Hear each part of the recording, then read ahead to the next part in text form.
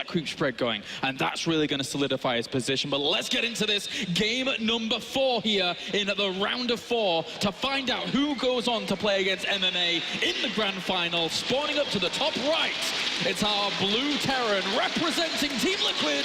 It is TaeJa.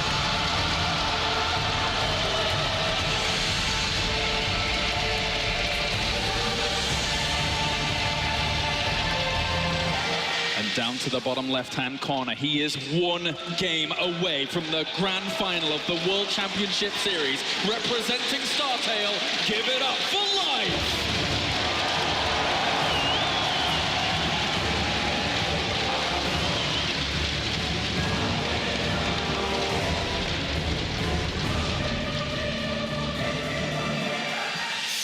Absolutely packed here in the arena. No one electing to do anything too crazy at this point in time. We're seeing SCVs get built from TaeJa. He's electing to go for an early expand. Well, all in all, if Life spotted this early, maybe you could do something. He's gonna. Uh-oh, wait a minute. He's gonna spot this. No. Oh my God. No. Actually, yes. Yes. Don't stop my God. now, Life. Oh my God, that feels so good. He's having such a good time. There it is. He's having the ball. Oh my Life. Wait a minute. We got a proxy hatch versus proxy command center, and let me tell you something. Oh my God, I can't believe I'm about to say this sentence. I'm so excited. Here it comes. He's building a base in his base. Well, there you go. I mean, he's obviously going to use this as an aggressive push opportunity. Now, with an early... Oh my God. The SCV almost moved towards it. I mean, why would the SCV scout? You can't... Oh my. Who's going to be like, let me just make sure there's not a hatchery here? Oh, Life. Well, oh my God. We saw how this worked out before. He was going up against a Reaper player. The Reapers were able to help out a lot, but he's not going to have that many units to be able to deal with this. How is he doing on his wall? It actually, well, technically, he could end up having a wall there, but when the command center finishes up, he won't need that second supply depot there. So yeah. I mean, that's such a critical point. You don't need the second supply depot because the command center makes the extra supply. This means the front door is going to be completely open, and there's the scout, and TaeJa's got to be going, wait a minute. No way. This can't be happening twice in a row. He's making a bunker, but it's at the front of his natural.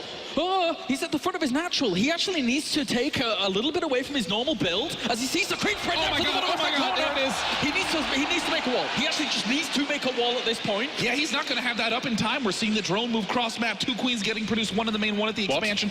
Double bunker. Oh my God. I think this is actually better for Life because Life is going to pop up here. He's going to see this, and you know what this means? No Hellions coming up. No Hellions anywhere nearby. And oh, that SCV is still going to fall. Baneling Nest is on the way here for Life. He's going to try and continue on with this aggression. He sees the extent of the wall at the back during this, and the fact that TaeJa is looking to buckle down at his natural, there's a spine on the way as well. Life, ever the aggressor, is really bringing it here in game number 4. This is an insane play. He has skipping Zergling speed. Why? You get the Banelings, you knock down the bunker, and then creep spread would look awfully good at this natural expansion. Thanks, Life. He's preparing for it. He's got the spine crawler ready.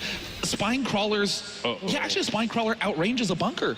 Yeah, he's going to have so many units. He's going to have so many units. He's going to have Banelings to cause quite the explosion at the front. He's trying to do a little bit of damage to those Marines as well. Here come the Banelings, Day 9. Oh my God. Okay, weird facts. Spines outrange bunkers. We're starting to see siege tanks in production. That is just not what you need as TaeJa. But with this many bunkers, I'm not entirely sure who's going to be ahead or behind. Look at all these bunkers he's adding on behind all of this. If somehow the Banelings were able to do a lot of damage at the back between those 3 bunkers and take all those down instantly, it would be amazing. But he's already doing damage with the spine crawler. He's just making Zerglings and Banelings. Oh, that is it.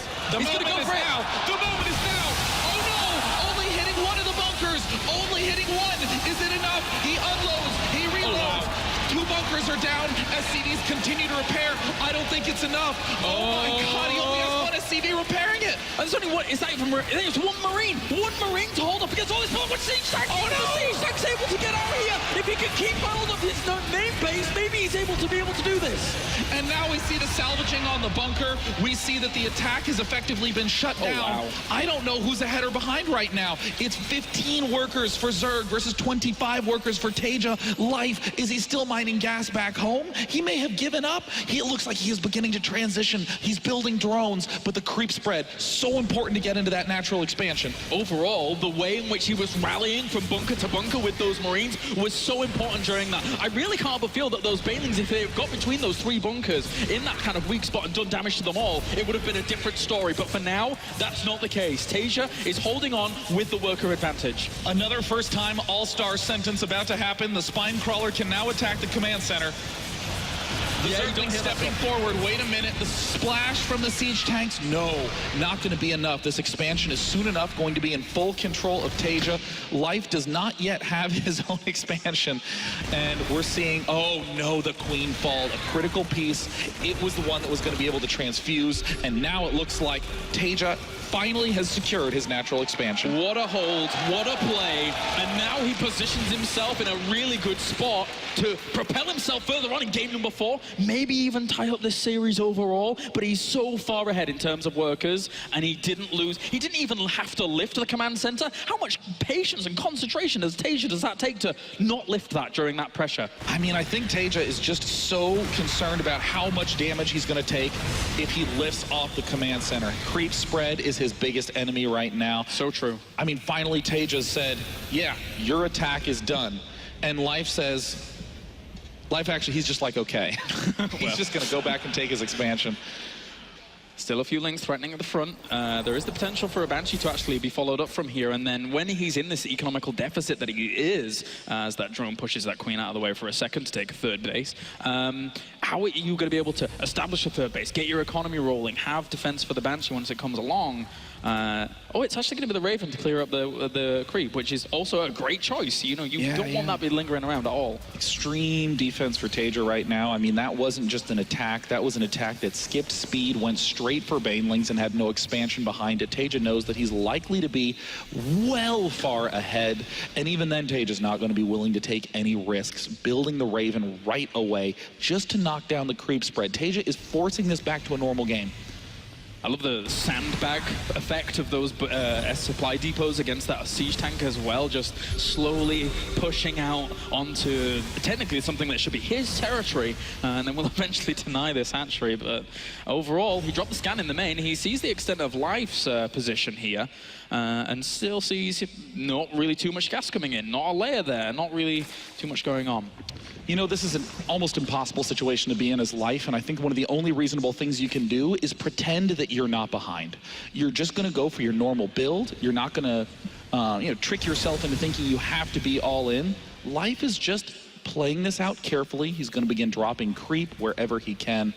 And I mean, I think TaeJa might even win with just one single attack, but Life is always a threat with counters. Yeah, and also you can see the championship quality in Life by even making just use of the extra lava that were on that hatchery there, by making a few Zerglings, getting those out. He knows he'd need a few units for any kind of push that would come from TaeJa. You don't want to be sacrificing any lava at all, considering that hatchery position.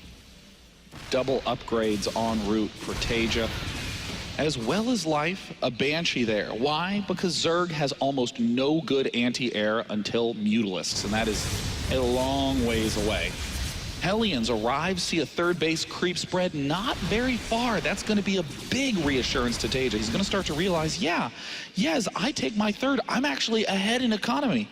And the army is just going to excel here for TaeJa. If he actually goes down that 3rd location where he normally hits with his usual Hellbat timing, I mean, he's expanding down here as well through that direction. So being able to defend down that angle, being able to put pressure on down that angle if he wanted to, would be really, really cool to see here from TaeJa, because his armor is just about to finish up. I mean, Polt said it best, TaeJa is a monster. He dealt with one of the most unusual one-time you'd ever think plays. For a 2nd time, responded brilliantly and is now starting to push forward. And even clearing some extra little bits of that creep at the front, thanks to the Raven being out, bunkering down at his 3rd base as well. And when the Bioforce joins this for TaeJa, Life, what has he really got? He's not going to have centrifugal hooks if this push hits very, very quickly. His army supply is almost non-existent compared to the 74 that we're seeing here of TaeJa, who loads up and gets good to go down that right-hand side. TaeJa taking no risks, making all the right moves. As he drops here, as the Hellbats are up, What can Life hope for other than one amazing set of Baneling hits?